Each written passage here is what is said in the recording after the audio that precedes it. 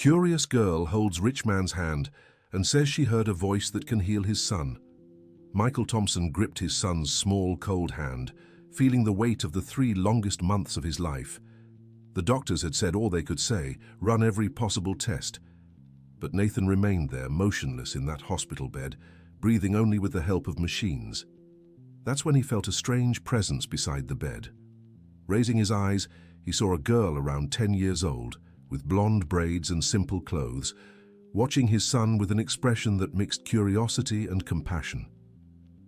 "Excuse me, sir, but are you Nathan's father?" the girl asked, her soft voice echoing in the quiet room. Michael felt an immediate irritation. How did this child know his son's name? And what was she doing here, on the most expensive floor of Mercy General Hospital? "Who are you? How did you get in here?" he demanded, already standing to call a nurse. But the girl took a step forward and with a surprisingly confident gesture took his hand. "My name is Emily Parker, sir, and I heard a voice that can heal your son." Michael froze mid-motion, staring at the child.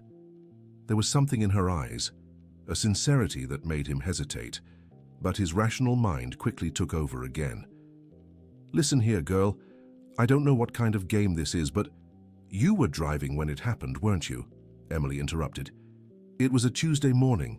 You were taking Nathan to school, but you had to stop at the gas station because you forgot to fill up the day before." The businessman felt his blood run cold. Those details had never been made public. Only he, the driver, and the doctors knew the accident happened when he was behind the wheel, breaking his usual routine of always using his private driver. "How do you know that?" he whispered, his voice weaker than he intended. Emily let go of his hand and looked at Nathan in the bed with a tenderness that seemed unusual for a child her age. "The lady on the 3rd floor talks about it, sir. She talks about a lot of things, about medicine, about treatments the doctors here don't know. She said she can help Nathan." "What lady?" "Mrs. Eleanor. She's in room 347, but hardly anyone visits her. She talks to herself all night, sir.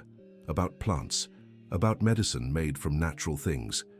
The nurses think she's just confused, but I listen, and I understand." Michael clenched his fists. He was wasting time with a child's fantasies. His son needed real medicine, not fairy tales. "Listen carefully, girl. I don't know who you are or how you got this information, but my son is being treated by the best doctors in the country. I don't need—" "You have a scar on your right arm," Emily interrupted again. "From when you were a kid and fell off your bike, Mrs. Eleanor said it means you understand accidents, how things can change in a second." Michael looked at his arm, even though he knew the scar was hidden under his dress shirt sleeve. No one knew that story. Not even his ex-wife, Jessica, Nathan's mother, knew that detail from his childhood. A shiver ran down his spine. How could a woman on the 3rd floor know such intimate details of his life? "I don't understand what's happening here," he murmured, more to himself than to the girl. "Mrs. Eleanor used to work with medicine before she got sick in the head," Emily explained, moving closer to the window. "She developed a treatment a long time ago, but no one would listen. Now she repeats the recipes every night, like she's trying to remember something very important." Michael looked at his son, then back at the girl. 3 months of despair had worn out his patience with traditional medicine. The doctors had already admitted they didn't know what else to do. Nathan had woken up for a few minutes right after the accident, but since then, he had remained in a state the specialists called minimally responsive. "Even if I wanted to listen to this, Mrs. Eleanor," said Michael Thompson, choosing his words carefully, "how do I know you're not making all this up?" Emily Parker smiled for the first time since entering the room, a sad but hopeful smile. "Because I draw everything she says, sir.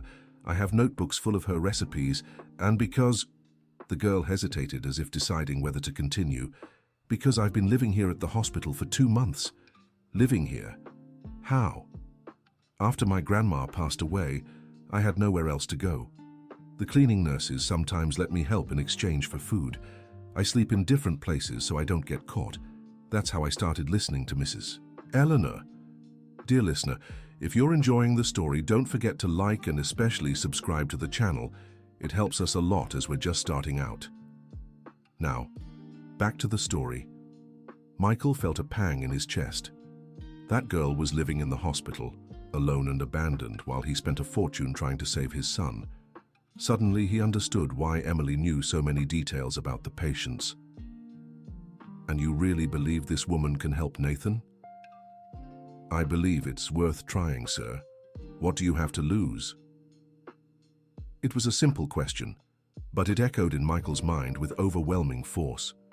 What did he have to lose, besides a son he was already losing day by day? "Take me to her," he decided, surprising himself. The third floor of Mercy General Hospital was completely different from the fifth, where Nathan was staying. While the private wing offered single rooms with garden views, the third floor had the typical look of a public hospital.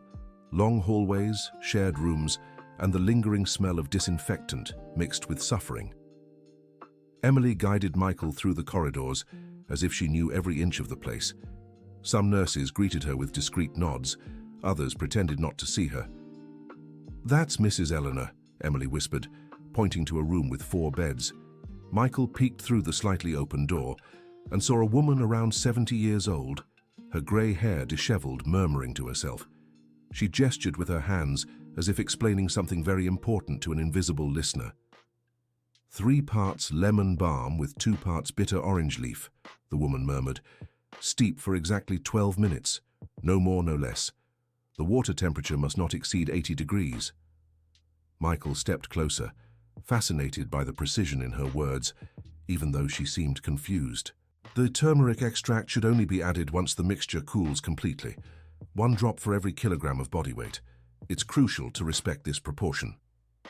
"Mrs. Eleanor," Emily called softly, "I brought someone to meet you." The woman stopped speaking and turned to them. Her eyes, though clouded by age and illness, held a sharp intelligence that surprised Michael. "You're the girl with the drawings," Eleanor said, smiling at Emily. "Always so attentive, always listening." "This is Mrs. Eleanor Wilson," Emily introduced. "She used to work with medicinal plant research at Stanford University before my mind started playing tricks on me," Eleanor finished with unexpected clarity. "But the recipes are still in here," she touched her forehead, "even when I forget my own name." Michael didn't know what to say. There he was, in the middle of a public hospital, talking to a dementia patient about alternative treatments for her son. It seemed absurd, but something about the woman's presence calmed him. "Emily Parker told me you might know a treatment for my son," he ventured. Mrs. Eleanor studied him for a long moment, her eyes tracing Michael Thompson's face as if reading something written in a language only she knew. "The boy from the 5th floor," she murmured. "The car accident. Traumatic brain injury with diffuse damage. The doctors call it diffuse axonal injury, but it's much more complex than that." Michael felt his heart race.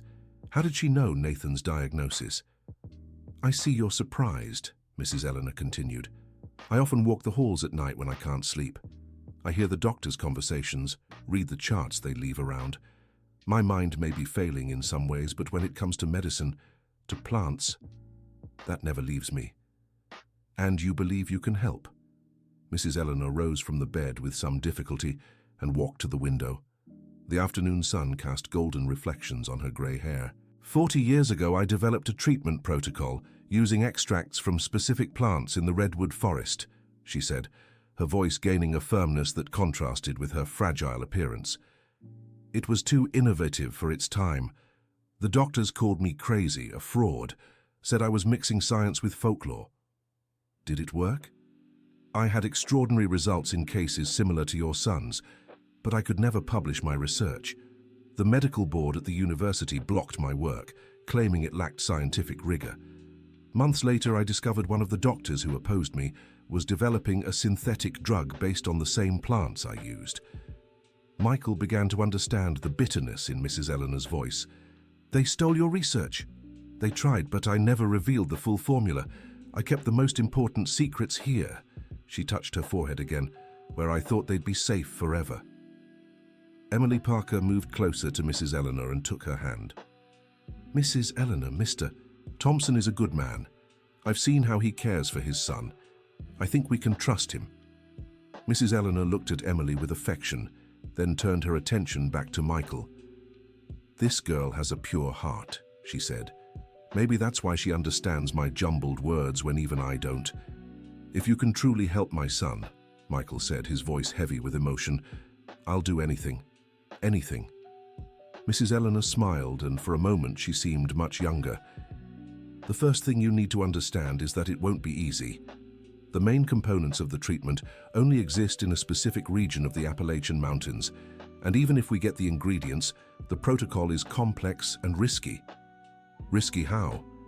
"If the dosage is off by even a fraction, I could make your son's condition worse instead of better. And if the doctors find out what we're doing before the treatment takes effect, they'll stop everything."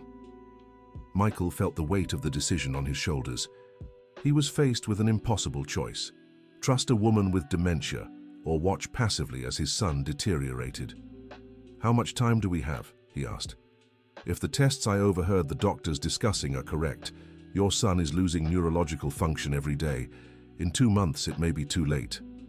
Emily pulled out a small, worn backpack she carried and took out a tattered notebook. "I drew everything Mrs. Eleanor has talked about these past months," she said, handing the notebook to Michael. "All the recipes, all the ingredients, even the timings she says are important."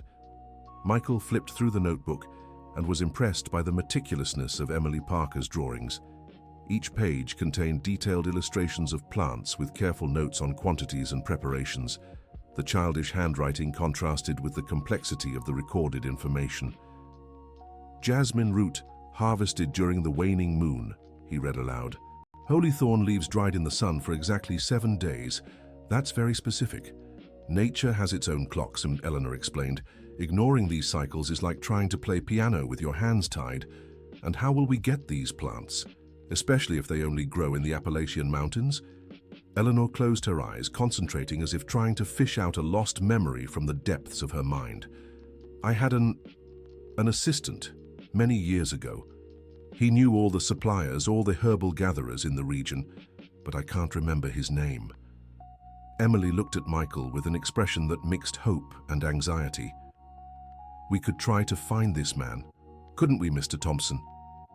If he's still alive, maybe he can help us." Michael tucked the notebook into his jacket's inner pocket, feeling the weight of those pages, as if they were made of lead. "First, I need to talk to Nathan's doctors. I want to understand exactly what his current condition is and how much time we really have." "The doctors won't support this," Eleanor warned. "They'll say it's madness, that it has no scientific basis. Then I won't tell them. At least not yet." Emily smiled, her eyes shining with a hope Michael hadn't seen in a long time. "You're really going to try, aren't you?" Michael looked at the girl, then at Eleanor, and finally at the notebook in his pocket. 3 months ago, he was a pragmatic businessman who trusted only numbers and concrete facts. Now he was considering entrusting his only son's life to a mix of ancestral wisdom and the drawings of an orphaned child. "I'll try," he confirmed, "but we'll need to be very careful. If this goes wrong—" "It won't go wrong," Emily interrupted, with a confidence that seemed far beyond her 10 years. "I feel like Nathan will get better. Mrs. Eleanor will help us, and everything will work out." Eleanor stepped closer to Michael and touched his arm, right where the childhood scar he'd mentioned earlier was. "This girl has a gift," she whispered.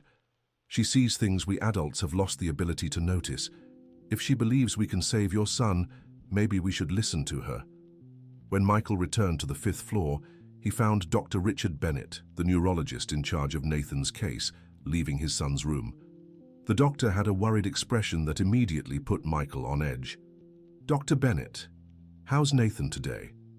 The doctor hesitated for a moment, as if carefully choosing his words. "Mr. Thompson, I need to be honest with you. The latest tests showed a regression in neurological functions. The brain swelling has decreased, which is positive, but brain activity is lower than we'd like." "What does that mean exactly?" "It means we're running out of time. Every day without improvement reduces the chances of a full recovery." Michael's stomach tightened. Eleanor's words echoed in his mind. "In 2 months, it might be too late." "Doctor, what options do we have now?" "Doctor." Bennett sighed and leaned against the hallway wall. "We could try an experimental stem cell protocol, but it's extremely expensive, and the results are uncertain. Or we can continue the current treatment and hope Nathan's body finds a way to recover on its own. What if I wanted to explore other alternatives? What kind of alternatives? Michael weighed his words carefully. Integrative medicine. Natural treatments that could complement what we're already doing. Dr. Richard Bennett crossed his arms, a skeptical expression appearing on his face. Mr. Thompson, I understand your desperation, but I must warn you about the risks of unconventional treatments, especially given Nathan's delicate condition. But if it doesn't harm, any substance that alters body chemistry can be harmful, the doctor interrupted.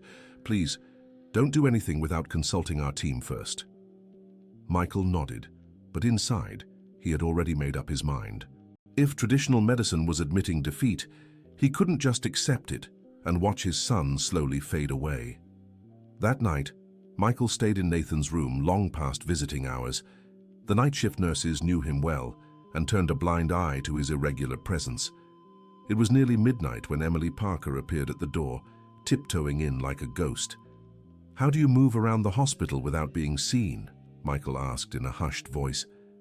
When you're invisible to most people, it's easy to go unnoticed, Emily replied, stepping closer to Nathan's bed. Adults only see children when they want to. The rest of the time, we're like furniture. There was a deep sadness in that observation that made Michael realize how little he knew about this girl's life. Emily, tell me about your grandmother. What was it like living with her? Emily sat in the chair beside the bed and held Nathan's free hand, the one not connected to the monitors. Grandma Betty was a seamstress. She made clothes for the women in our neighborhood in South Bronx. She knew a lot about plants too, but she wasn't educated like Mrs. Eleanor. And your parents? Never knew them. Grandma said my mother was too young when I was born and couldn't take care of me. My father, well, Grandma never talked about him. Michael noticed how Emily spoke about her past with a calmness that seemed unusual for a child her age. It was as if she had already learned to carry her pain without letting it overflow. It must have been hard when your grandmother... She got sick very fast, Emily interrupted, still looking at Nathan. One day she was sewing like usual. The next, she couldn't get out of bed. The doctors said it was her heart, but I think she died of sadness. Sadness, because she left me alone. She always said her biggest fear was leaving before she saw me grown up and happily married. I think when she realized it was happening, her heart just gave up. Michael felt a lump in his throat. For the first time in months, he was thinking about someone else's pain besides his own. How did you end up here? After Grandma passed, the neighbors tried to help, but everyone in the neighborhood has their own struggles. One of Grandma's aunts said she'd come for me, but she never showed. I stayed with a woman who knew Grandma, but her son didn't like me, said I was in the way. Emily stopped talking and watched the machines monitoring Nathan's vitals. One day, that woman got sick and they brought her here. I came along, but when she was discharged, no one remembered me. I just stayed, and no one at the hospital noticed. Some did, but Miss Gladys from housekeeping told them I was her daughter. She lets me help clean rooms in exchange for food and a place to sleep when no one's looking. Michael was silent for a long moment, processing Emily's story. This girl had lost everything, and still managed to hold on to a hope and kindness that shamed him. Emily, when all this is over, when Nathan is better, you don't have to worry about me, she said quickly. I know how to take care of myself. And besides, now I have Mrs. Eleanor to talk to and Nathan to care for. I'm not alone anymore. This isn't about you managing on your own. It's about you having a real family. Emily Parker finally tore her gaze away from Nathan and looked directly at Michael Thompson. There were tears in her eyes, but she held them back with a heartbreaking strength. Do you really think it could work? Mrs. Eleanor's treatment? I believe it's worth trying. And you? Do you truly feel it could help? Emily looked back at Nathan and suddenly began humming a soft melody. It was a lullaby her grandmother used to sing, simple but comforting. To their surprise, one of Nathan's monitors emitted a different signal. It was subtle, almost imperceptible, but it seemed to indicate a shift in his brain activity. He liked the song, Emily whispered with a shy smile. Michael watched the monitor closely. It could be a coincidence, it could be suggestion, but there was something different in the readings. "Keep singing," he urged. Emily continued humming, and again the monitors showed slight variations. It was as if Nathan was trying to respond to the music in some way. "My God," Michael murmured, "he's reacting." Dear listener, if you're enjoying the story, don't forget to like and especially subscribe to the channel. It helps us a lot as we're just starting out. Now, back to the story. Emily stopped singing and held Nathan's hand more firmly. "I knew he could hear me. Mrs. Eleanor always says patients listen far more than we realize." At that moment, Michael made a decision that would change the course of their lives forever. "Tomorrow morning I'll start looking for Eleanor's assistant. We'll get those plants and we'll try her treatment." "What if it doesn't work?" Michael looked at his son, then at Emily, and felt a determination he hadn't experienced in months. It will work. It has to. The next morning, Michael met Eleanor in the hospital garden. It was a small but well-kept space where some patients sat in the sun under the nurse's supervision. Eleanor was seated on a bench, watching the birds flitting among the trees. "I remembered a few things last night," she said without preamble. "My assistant's name was Walter Jenkins. He lived in Woodstock, upstate New York." "Was? It's been over 15 years since I've had contact with him. He could have moved, or he might have—" Eleanor hesitated, as if unwilling to voice the possibility that the man might have passed away. "Still, it's a start. I can hire a private investigator to track him down." Eleanor turned to Michael, her eyes suddenly sharp with surprising clarity. "There's something else you need to know about my research. Something I've never told anyone, not even Walter Jenkins." "What?" "The true power of the treatment isn't just in the plants. It's in how they're prepared and in the intention of the person administering them." Michael raised an eyebrow, confused.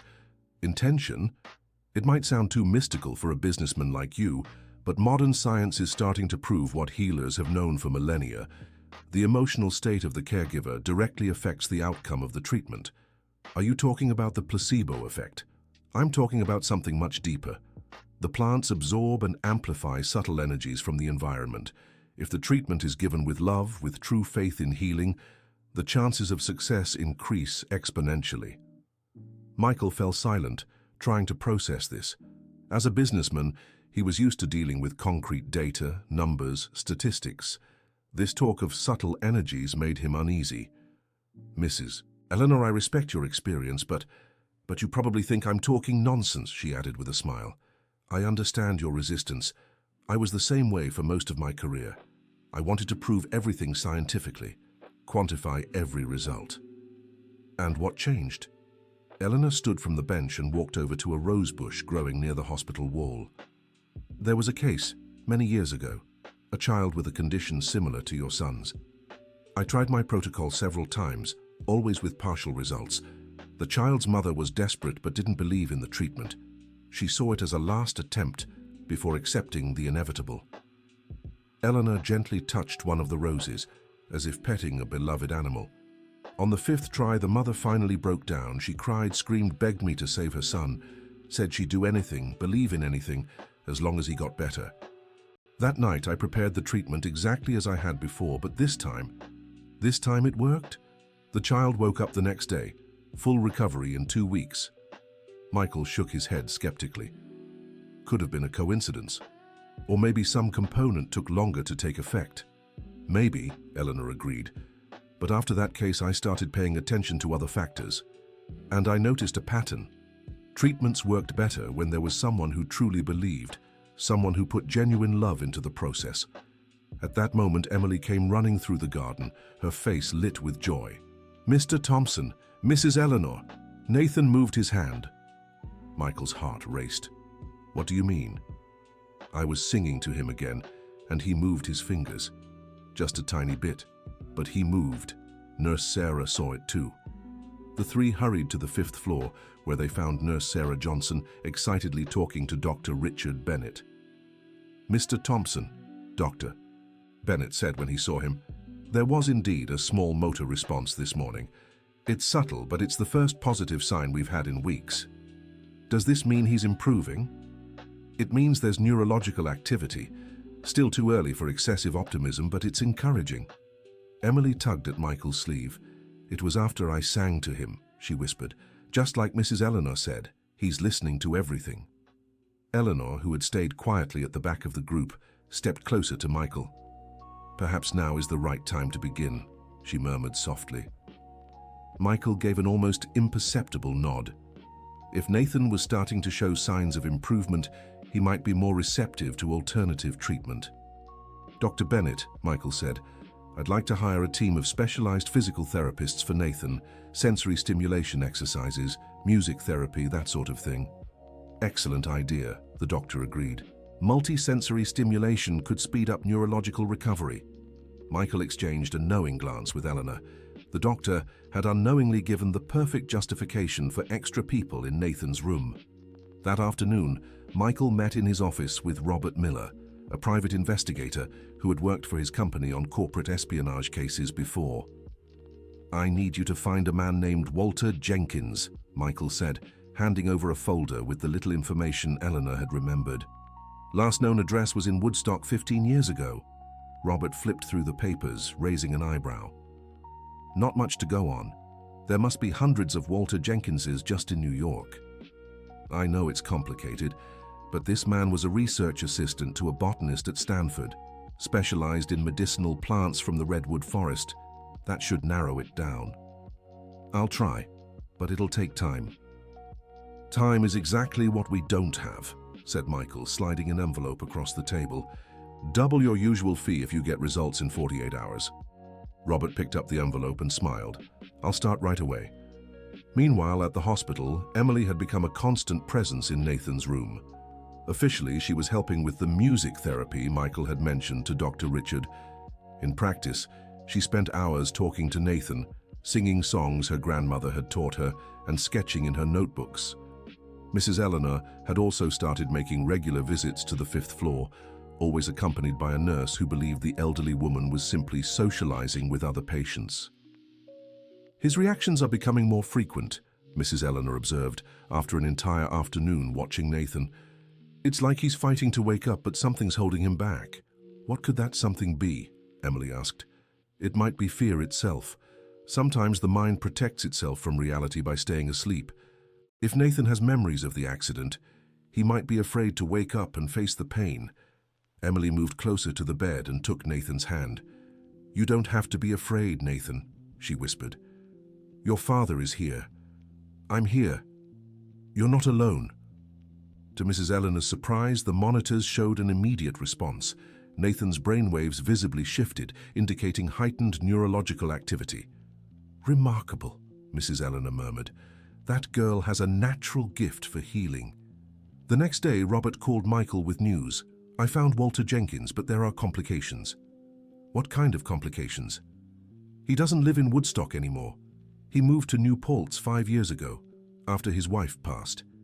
And there's more. He's currently at Massachusetts General Hospital in Poughkeepsie with heart problems." Michael closed his eyes, feeling the weight of the irony.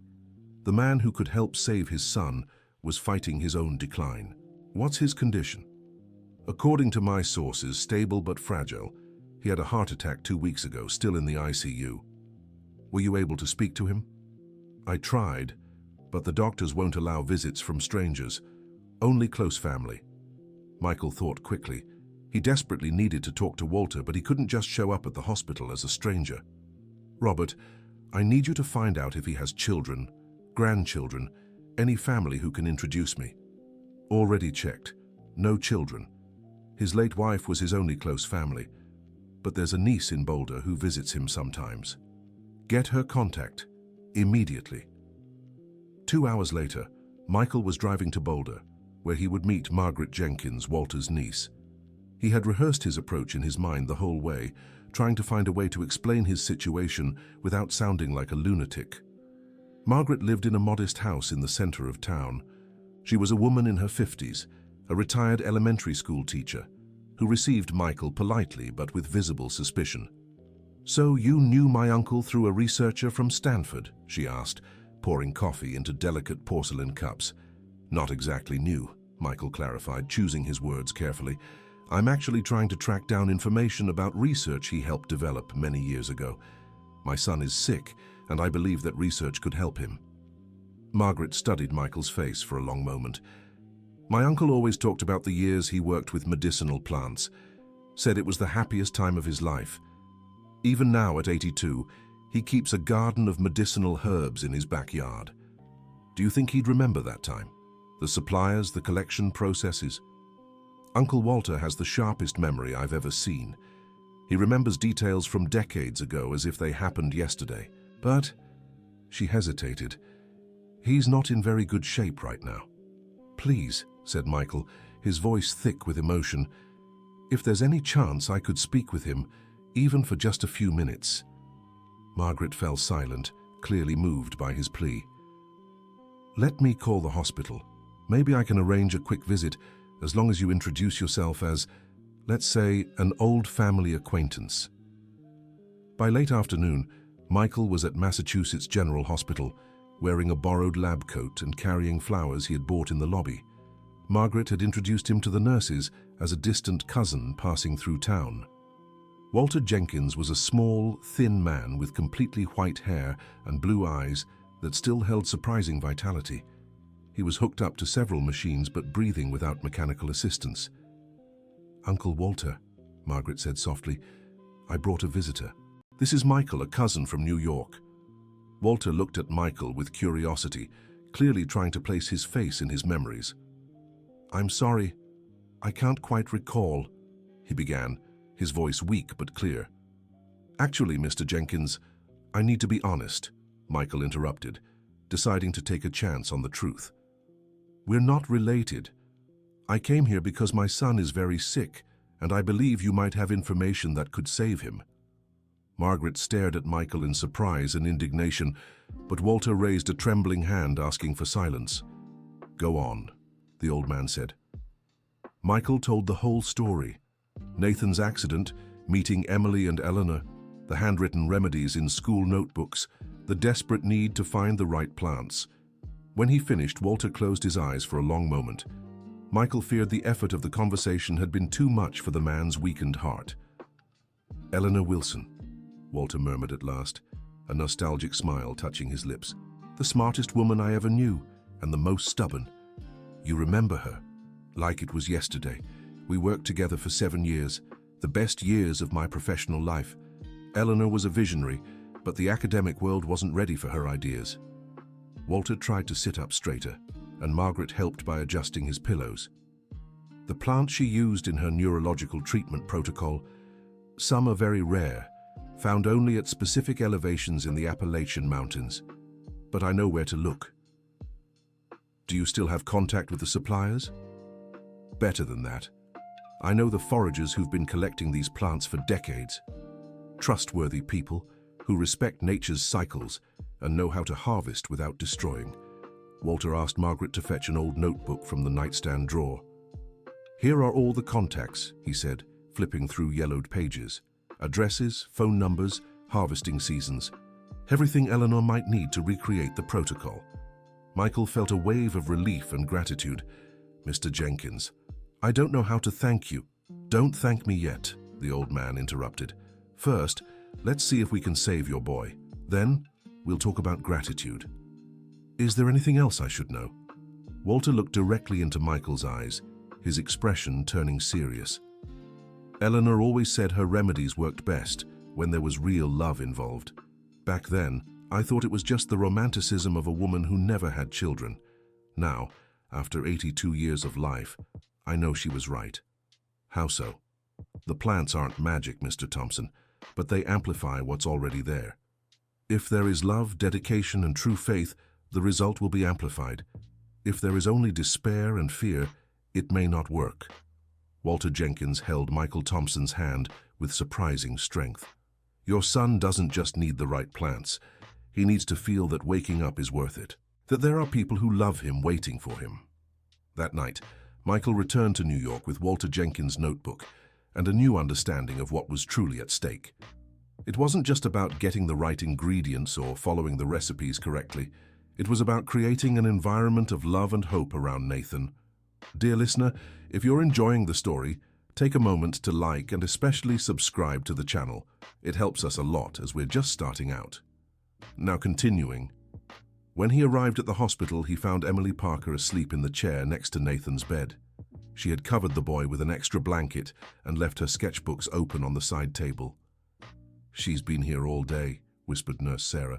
"Barely left to eat. She talks to him, sings, tells stories. That girl's dedication is incredible." Michael watched Emily sleeping. Her youthful face was relaxed, but even in sleep she kept one hand stretched toward Nathan's bed, as if protecting him.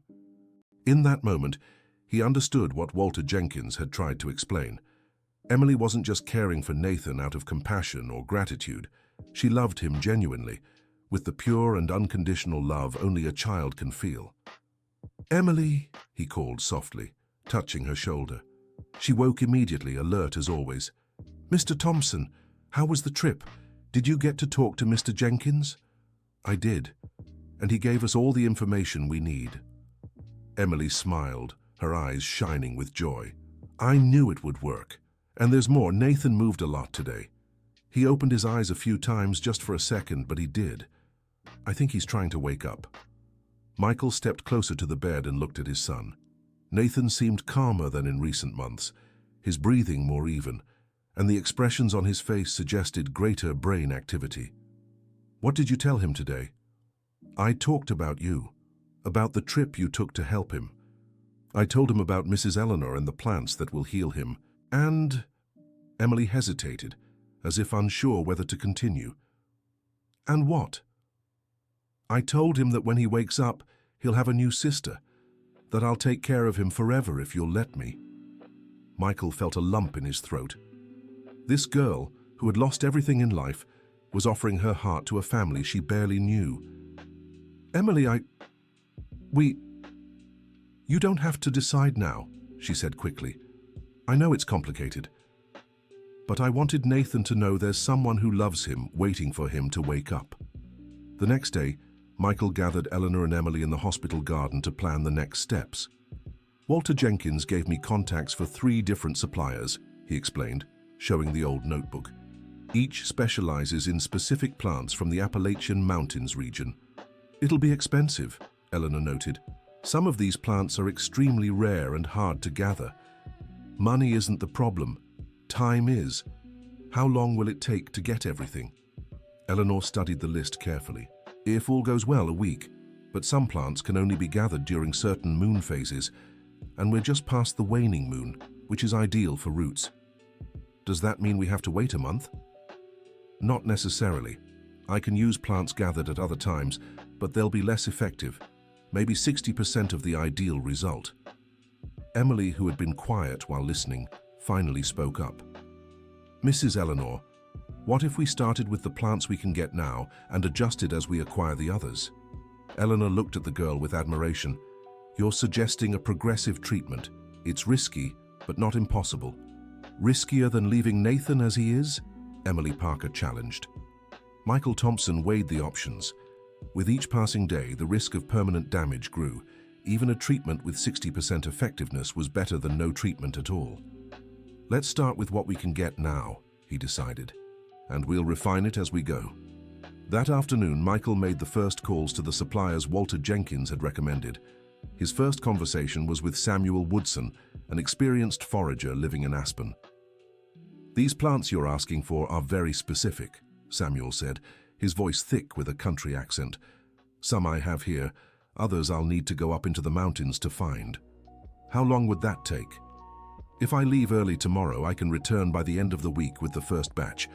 But there's one plant on the list that'll be tricky, the wild jasmine root. It only grows above 5,000 feet in well-hidden spots." "Can you find it?" "I can, but it'll take longer. And it'll be expensive, hard to find and dangerous to collect. Give me the estimate. Money isn't an issue." "All right then, I'll start tomorrow." The other calls followed the same pattern. The suppliers knew the plants and where to find them, but they warned about the difficulty and cost of the task.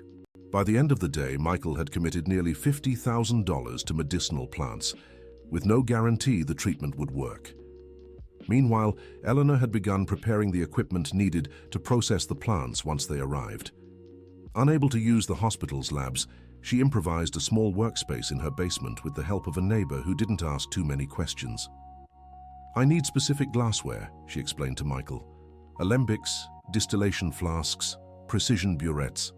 Nothing too sophisticated, but it must be clean and accurate." "Where can we get that?" "There's a shop for homebrewers in Williamsburg. They have almost everything I need." That night, Emily was back in Nathan's room, singing softly, when something extraordinary happened. Nathan opened his eyes. It was only for a few seconds, but his gaze moved around the room until it settled on Emily's face. There was a moment of recognition, a connection that transcended the coma's barrier. "Nathan?" Emily whispered, squeezing his hand. "Can you hear me?" His eyes closed again, but his fingers gave hers the faintest squeeze. Emily began to cry with joy, but kept her voice low so as not to startle him. "I knew you were listening. I knew you were fighting to come back. Your dad is doing everything to help you. Mrs. Eleanor, too. Everyone loves you so much, Nathan." When Michael arrived at Mercy General the next morning, he found Emily asleep in the chair again, but this time with a smile on her face. "Did she tell you about last night?" Nurse Sarah asked. "What happened?" The boy opened his eyes. He interacted with her for a few seconds. It's the first real sign of consciousness we've seen since the accident. Michael felt a mix of hope and anxiety. If Nathan was improving naturally, maybe they wouldn't need to risk the experimental treatment, but if his progress stalled, they might miss their window of opportunity. He decided to consult Dr. Richard Bennett before making any decisions. "The news is encouraging," the doctor said, showing Nathan's latest scans. "There's been significant improvement in brain activity over the last 72 hours. It's possible we're seeing the beginning of a spontaneous recovery. What are the chances of a full recovery? It's still too early to say, but I'd estimate it's increased from 20% to 40% in recent days." Michael Thompson did the math in his head. 40% was better than 20, but it still meant a 60% chance of permanent damage. "Doctor, if we wanted to speed up the recovery process, what options would we have?" "We could intensify physical therapy, increase sensory stimulation. There are also some experimental medications that might help, but they come with significant side effects." "And the risks?" "Any intervention carries risks. The question is balancing potential benefits with real dangers." When Michael left Dr. Richard Bennett's office, his mind was torn between medical caution and a father's urgency. Nathan was improving, but would it be enough? What if the progress stopped? What if it was too late for Eleanor's treatment by the time they realized natural recovery wouldn't be complete? In the hospital garden, he found Eleanor and Emily Parker chatting animatedly. "The plants have started arriving," Eleanor announced. "Samuel brought the first batch this morning. They're beautiful, fresh, picked at just the right time." "And now?" "Now I begin processing. It'll take 2 days to prepare the first dose of the protocol." Emily tugged at Michael's sleeve. "Mr. Thompson, Nathan really is getting better. Yesterday he heard me, he recognized me. I think he's coming back on his own." "I think so too," Michael agreed. "But what if it's not enough?" Eleanor stepped closer, her expression serious. "Can I offer my perspective as someone who's seen many similar cases?" "Of course. The fact that Nathan is showing signs of improvement is excellent. It means his brain is responding and trying to heal, but it also means this is the ideal time to apply the treatment." "Why?" "Because his body is already in the healing process. The protocol won't force an impossible recovery. It'll just speed up and enhance what's already happening naturally." Emily nodded vigorously. "It's like pushing a car that's already moving, much easier than pushing one that's stopped." Michael looked at them both, struck by the simplicity of Emily's analogy. "You think we should start the treatment now?" "I think we should take advantage of Nathan responding," Emily said. "He's fighting to wake up. We'd just be helping him fight better." Eleanor agreed. "The timing is perfect. If we wait too long, the natural improvement might stall. If we act now, we can maximize the process." Michael made his final decision. "Let's begin the treatment. That night, as Eleanor prepared the first doses of the protocol in her makeshift lab, Michael and Emily stayed by Nathan's bedside. "Are you scared?" Michael asked the girl. "A little," Emily admitted. "But not that it won't work. I'm scared it'll work too fast and I won't have time to say goodbye to Nathan as he is now." "Say goodbye?" "When he really wakes up, he'll be different. He'll have his family, his life. Maybe he won't need me anymore." Michael understood Emily's insecurity. She'd grown attached to Nathan during the months he'd been vulnerable and dependent. His awakening might mean the end of the special role she'd taken on. "Emily, you saved my son. Even if he woke up naturally, you were the one who brought hope when I had none left. That will never change. And when he's better, will you really let me be part of the family?" Michael looked at Emily Parker, seeing for the first time not just a brave girl who had appeared in his life, but a daughter his heart had adopted without him realizing it. "Emily, you're already part of the family. You've been part of it since the moment you held my hand that first day." The girl smiled, tears of joy streaming down her face. "Thank you, Dad." It was the first time she had called him that, and Michael felt that the word carried a weight and beauty no business contract had ever possessed. The next day, Mrs. Eleanor arrived at Mercy General Hospital carrying a discreet case with the first doses of the treatment. "How will we administer it without the doctors noticing?" Michael asked. "Mixed with the nutritional supplements he's already receiving," Mrs. Eleanor explained. "The protocol is in drops, practically tasteless and odorless. No one will notice. And if there's an adverse reaction, that's why we'll start with minimal doses. If there's any sign of trouble, we stop immediately." Emily Parker was particularly nervous that morning. She had spent the night talking to Nathan, explaining that he would receive extra help to wake up. "Do you think he understands what's happening?" she asked Mrs. Eleanor. "I believe so. Coma patients often retain some level of awareness. It's possible he's aware of everything being done to help him." The first dose was administered at 10 in the morning, mixed into the nutritional supplement Nathan received daily. Mrs. Eleanor carefully monitored the vital signs on the screens, watching for any changes. For the first 2 hours, there were no noticeable differences. Nathan remained in the same semi-conscious state he had been in for days. It was early afternoon when Emily noticed something different. "Mr. Michael, look at his eyes." Nathan's eyes were open, but this time not just for a few seconds. He was looking directly at Emily, and his eyes followed her movements as she walked around the bed. "Nathan," Michael called, stepping closer. "Can you hear me, son?" Nathan's eyes moved toward his father's voice, and there was clear recognition in his gaze.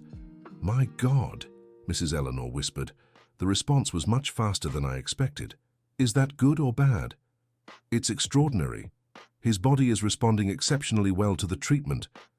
Emily held Nathan's hand, and to everyone's surprise, he squeezed back with remarkable strength. "Nathan, try to blink if you understand me," Emily said. Slowly, deliberately, Nathan blinked once. Michael felt his legs weaken. His son was really coming back.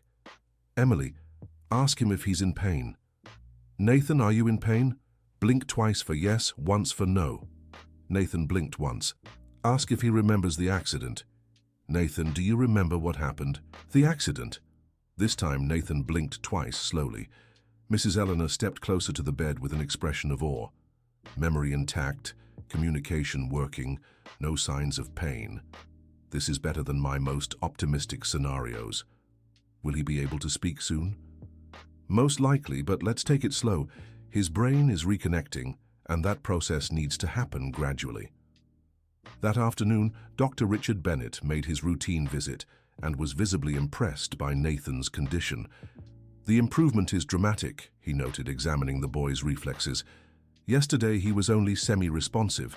Today he's clearly conscious and interactive." "What do you attribute this sudden improvement to?" "Honestly, I can't explain it. Sometimes the brain simply finds a way to heal that we doctors can't predict or understand." Dr. Bennett continued his examination, testing Nathan's motor coordination and reflexes. "I'll order a new set of neurological tests. If the progress continues at this rate, we may be able to remove the feeding tube in the coming days." When the doctor left, Mrs. Eleanor approached Michael Thompson. "You need to be prepared for questions," she warned. "Such a rapid recovery will draw attention. The doctors will want to understand what caused this sudden improvement." "What do you suggest I say?" "The truth, to a certain extent. Love, dedication, constant stimulation. All of that truly contributed to his recovery. Just don't mention the medicinal plants." Emily Parker, who had remained by Nathan's bedside throughout the conversation, suddenly exclaimed, "He's trying to speak." Everyone turned to Nathan, whose lips were moving as if he were trying to form words. "Nathan, don't force it," Michael said softly. "Just try to whisper." Nathan made a visible effort, and a faint but clear word escaped his lips. Ely." Emily began to cry, gripping Nathan's hand tightly. "He said my name. Nathan, I'm here. I've always been here." Nathan smiled weakly, but it was definitely a smile, and murmured, "Dad." Michael moved closer, tears streaming down his face. "I'm here, son. I've always been here." In the days that followed, Nathan's recovery continued at an astonishing pace.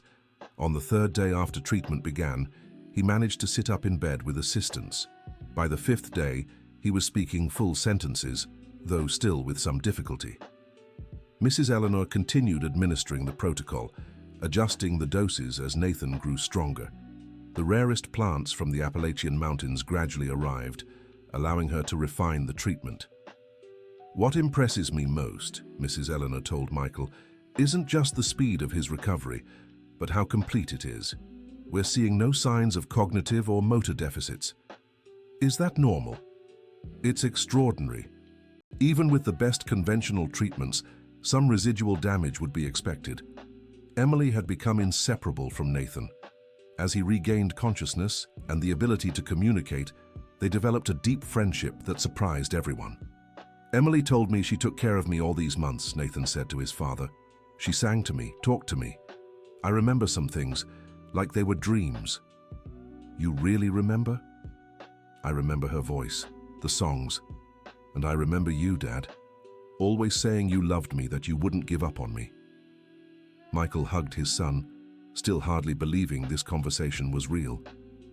"I never doubted you'd come back, Nathan. Never." "And Emily? Is she really staying with us?" Michael looked at Emily, who was organizing the sketchbooks she'd filled during the long months of waiting. "If she wants to, yes. Forever." Emily lifted her eyes from the sketchbooks, a radiant smile lighting up her face. "I want to. I've never wanted anything so much in my life." Dr. Richard Bennett was completely baffled by Nathan's recovery. He had consulted colleagues from other hospitals, trying to understand how such a complete recovery was possible. "Mr. Thompson," he said during one of his visits, "I'd like your permission to document Nathan's case. It's an extraordinary recovery, one that could help other patients in the future." "What kind of documentation?" "Scientific articles, conference presentations. Of course, your family's privacy would be protected, but the recovery process itself would be invaluable to the medical community." Michael glanced at Mrs. Eleanor, who was present in the conversation as the holistic therapist who had assisted with sensory stimulation. "Doctor," she said carefully, "I believe there are aspects of this recovery that traditional medicine doesn't yet fully understand." "What do you mean?" "Emotional factors, environmental influences, nutrition. Modern medicine tends to focus only on physiological aspects, but healing is a far more complex process." Dr. Richard Bennett nodded, though he seemed slightly skeptical. "I agree there are variables we can't adequately quantify. Still, I'd like to study the case." Michael Thompson agreed to the documentation, provided the family's identity remained protected. He knew he couldn't reveal the true reason for Nathan's recovery, but perhaps the study could open medical minds to possibilities once dismissed. A week later, Nathan was discharged from the hospital. After nearly 4 months of treatment, he was going home with the recovery doctors called Miraculous. On the morning of his release, Mrs. Eleanor came to say goodbye. Though her dementia persisted, her moments of clarity had become more frequent since she began helping Nathan. "Thank you," Michael said, hugging the woman who had saved his son. I'll never be able to repay what you've done for us." "You already have," Eleanor replied. "You gave me purpose again. My research, lost in the confusion of my mind, found its true meaning." Emily Parker also hugged Eleanor, tears in her eyes. "You'll be okay, right? You'll keep remembering the remedies?" "I'll try, dear, and if I forget, you have everything written in your notebooks. Keep them safe. One day, they might help another child." Nathan, still weak but walking on his own, approached Eleanor. "Mrs. Eleanor, Emily told me you saved me. Thank you for bringing me back." Eleanor smiled, touching the boy's face with maternal tenderness. "What brought you back was love, Nathan. The love of your father, Emily, everyone who never gave up on you. I just gave a little help. Leaving the hospital was emotional. Nurses who had cared for Nathan during his stay gathered to say goodbye. Many cried seeing the boy walking and speaking normally. Nurse Sarah, who had grown particularly fond of Emily, handed her a gift. "It's a children's first aid kit," she explained, "for when you're taking care of Nathan at home." Emily hugged the gift like a treasure. "Thank you, Nurse Sarah. I'll take good care of him." On the drive home, Nathan surprised Michael with a question. "Dad, can I visit Mrs. Eleanor sometimes? I want to thank her properly when she's better." "Of course, son. We can visit her whenever you want." Emily shifted in the back seat. "And can I keep drawing her remedies in case other kids need them?" Michael glanced in the rearview mirror and saw determination in Emily's eyes. That girl had found her life's calling. "Yes, and when you're older, if you want to study medicine or botany to understand those remedies better, I'll support you." "Really? Really? You have a natural gift for healing, Emily. It'd be a waste not to nurture it." When they arrived home, Nathan was amazed by the changes Michael had made. Emily's room was ready, decorated with bright colors, and a desk where she could continue her drawings. "All this is mine?" Emily asked, wide-eyed. "All yours," Michael confirmed. "Welcome to the family, sweetheart." Emily ran to hug Michael, then Nathan, before throwing herself onto her new bed, laughing with pure joy. "I never thought I'd have a real family," she said, her voice thick with emotion. "Neither did I think I'd have a sister," Nathan said, sitting on the edge of the bed. "But now I can't imagine our family without you." That night, for the first time in months, Michael slept peacefully. His two children were safe in their rooms, Nathan recovering fully, and Emily finally home where she belonged. But the story didn't end there. A few weeks later, Michael received an unexpected call from Margaret Jenkins, Walter Jenkins' niece. "Mr. Thompson, my uncle is doing much better. The doctors said it's the most remarkable recovery they've ever seen in someone his age." "That's wonderful. How is he?" "He wants to meet the boy who helped save him in person. He said he felt renewed after telling you about the plants." Michael understood that Walter had experienced something similar to what happened with Eleanor, finding purpose for knowledge that seemed lost. It would be an honor to have him over. 2 weeks later, Walter Jenkins was sitting in Michael's living room, chatting animatedly with Eleanor, Nathan, and Emily Parker. The two elders had reunited after 15 years, sharing stories and memories from their research days. "You know what moves me the most," Walter said. "Seeing that our work wasn't in vain. We helped save a life, and now this young girl will keep learning about medicinal plants." Emily had become an informal apprentice to Eleanor and Walter. On afternoons when they visited, she absorbed every detail about plants, their properties, and how to prepare them. "One day I'll go to college and study all of this properly," Emily declared. "I want to help other kids like Nathan." "And I'll help her," Nathan said.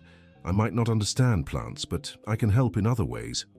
6 months after Nathan's discharge, the family had found a new balance. Nathan had fully recovered, with no lasting effects from the accident. Emily had adapted perfectly to her new life, excelling at the private school where Michael had enrolled her. Dr. Richard Bennett published a paper on Nathan's recovery that sparked interest in the international medical community. Though he couldn't fully explain the factors behind the success, the article emphasized the importance of emotional support and continuous sensory stimulation. Eleanor continued living at Mercy General Hospital, but was now treated as a special consultant in integrative medicine. Her dementia had stabilized, and moments of clarity were becoming more frequent. Walter had moved to New York to be closer to his new friends. Michael rented him a small apartment where he maintained a medicinal herb garden that became a reference for botany students. Emily started a blog documenting her discoveries about medicinal plants, always supervised by Eleanor and Walter. The blog gained followers worldwide, including serious researchers interested in her observations. One Sunday afternoon, the family gathered in the backyard when Emily made an announcement. "I've decided what I want to be when I grow up." "What?" Nathan asked. "I'm going to be a doctor, but specialized in integrative medicine. I want to find ways to combine traditional knowledge with modern medicine." Michael smiled, proud of his adoptive daughter's determination. "That's a beautiful dream, Emily. And I know you'll make it happen." "We'll all help," said Eleanor, who had come for the Sunday lunch that had become a tradition. "And I'll be your first patient when you graduate," Nathan joked. Emily laughed, hugging her brother. "You're already healed, silly, but I can take care of your kids when you have them." "My kids?" "Of course, you'll get married, have kids, and I'll be the doctor aunt who takes care of everyone with special plants." Michael listened to the conversation, feeling deep gratitude for how their lives had intertwined. That curious girl who had appeared at the hospital holding his hand hadn't just saved Nathan, she had saved the entire family. That night, after the visitors had left and the children were asleep, Michael sat in his office to reflect on everything that had happened. 6 months ago, he was a successful but emotionally empty businessman whose life had been destroyed by an accident. Today, he had 2 children he loved deeply, a network of true friends, and a completely new understanding of what truly mattered in life. He opened Emily's notebook, which she had left on his desk, where she now documented not only Mrs. Eleanor's recipes, but also her own notes on plants and healing. On the last page, he found a drawing that made him smile. It was the family gathered in the garden, Michael, Nathan, Emily, Eleanor, and Walter, all holding hands around a large tree. Beneath the drawing, Emily had written in her careful handwriting, "Family is like a plant. It grows best with love, care, and people who believe in it.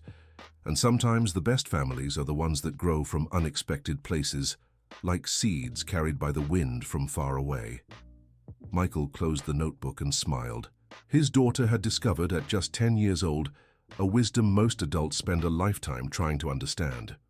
The end of the story. Now, tell us what you thought of this story and where you're watching from. If you have something to share with us, leave a heartfelt comment below. Do you think Michael made the right decision? We'd love to hear your thoughts. Thank you so much for joining us.